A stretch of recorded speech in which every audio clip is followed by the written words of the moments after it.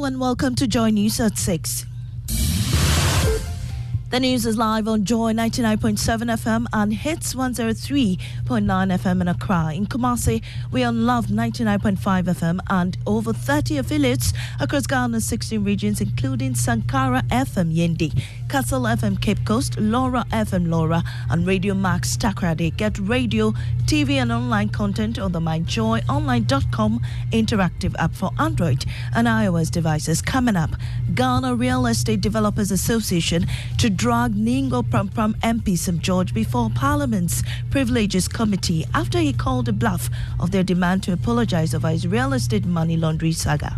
If it is through the Privileges Committee, we just want to explore. We will consult as much as we have to. More as the legislator threatens to bring the matter to the attention of the special prosecutor.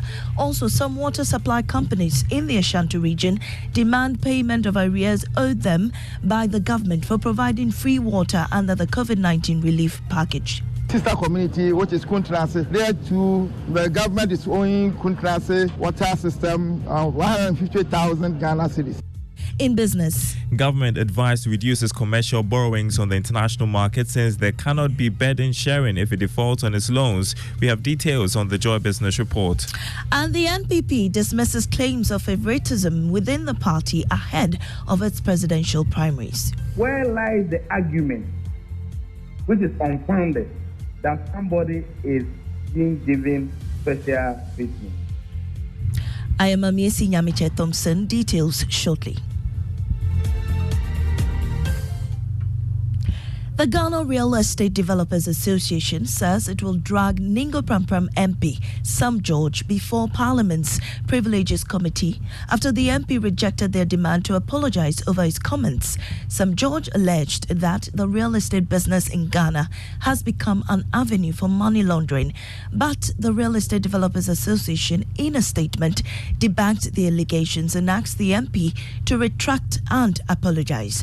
St. George, in a counter-statement, however, maintained that the activities of some members of the association are questionable and must be investigated. My colleague Joseph Akable joins me in studio with excerpts of St. George's response. Joseph, what does the statement say? So Mr. George says he's fortified in his belief that his position is one that majority of Ghanaians agree with and believe in, urging them to proceed on their threat to the courts. He says he will be inviting the Office of the Special Prosecutor to look into matters of due diligence processes some greater members undertake when selling property to prospective buyers, issue of dollar-denominated transactions against Bank of Ghana regulations, failure to pay VAT and food tax obligations to the GRA on property sales, and a number of issues. He concludes that his office remains available to work with GREDA whenever it is prepared to deal with unscrupulous elements who use the sector to perpetrate illegality. Thank you, Joseph. Meanwhile, Executive Secretary of GREDA, Samuel Amegaibo, says the association will haul the MP before Parliament. All we are trying to do is to get our honorable MP to appreciate that there's a business that must not be dragged into disrepute and be sunk and be discredited and disrespected the way his utterance has sort of suggested. And so if it is through the Privileges Committee, we just want to explore. We will consult as much as we have to make sure that we resolve it as much as possible. Some water supplying companies in rural communities in the Ashanti region are demanding the payment of arrears owed them by the government for providing free water to consumers under the COVID-19 relief package. In April 2020, President Akufo-Addo announced a utility package to absorb water and electricity bills for lifetime consumers for a year. However, some suppliers say they are yet to receive payment for the services provided. There's more in this report. At the just-ended second conference of the Network of Community Water Services, NETCOWAS, managers of community water supplies at Kuntinase, Buenim, and Ankasi said the government owed them at least 140,000 Ghana cedis. The three communities are part of several others across the country, owed cumulatively over 1 million Ghana cedis. In spite of several letters and visits to local assemblies for payment of the arrears, the managers insist their calls have fallen on deaf ears.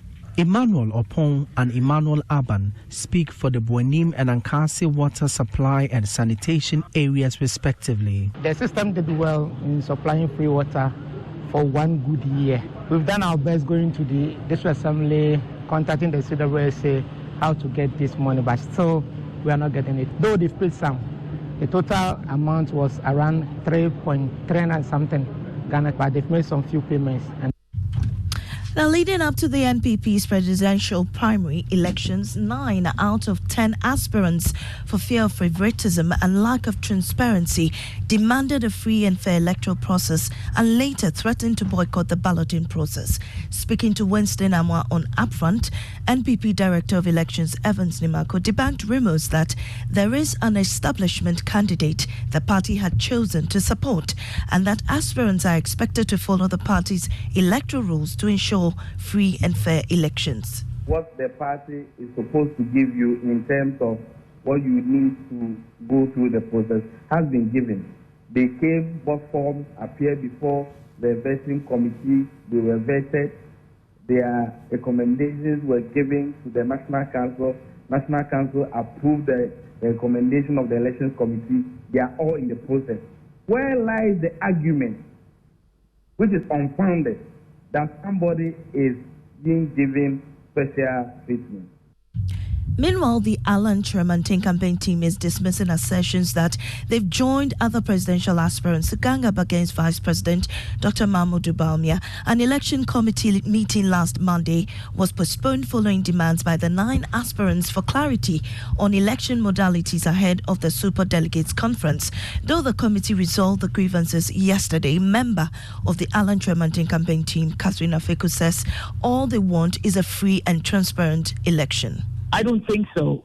When people are in a race, they are in it to emerge as leaders. So there is no such word as ganging up. But when 9 people think of the same way, I would have wished NEC would have given them a consensus, that they would have listened. That's why we have democracy. There's majority and minority. But nevertheless, it came out and the perception looked as if 9 people spoke, but our party felt it wasn't listened to. So it has nothing to do with ganging up. Away from the NPP camp, the bullet-riddled body of a mother of one, 24-year-old woman who was allegedly shot and killed by her boyfriend, a police inspector, with service rifle, had 6 bullet entry wounds and 7 exit wounds, according to a post-mortem examination.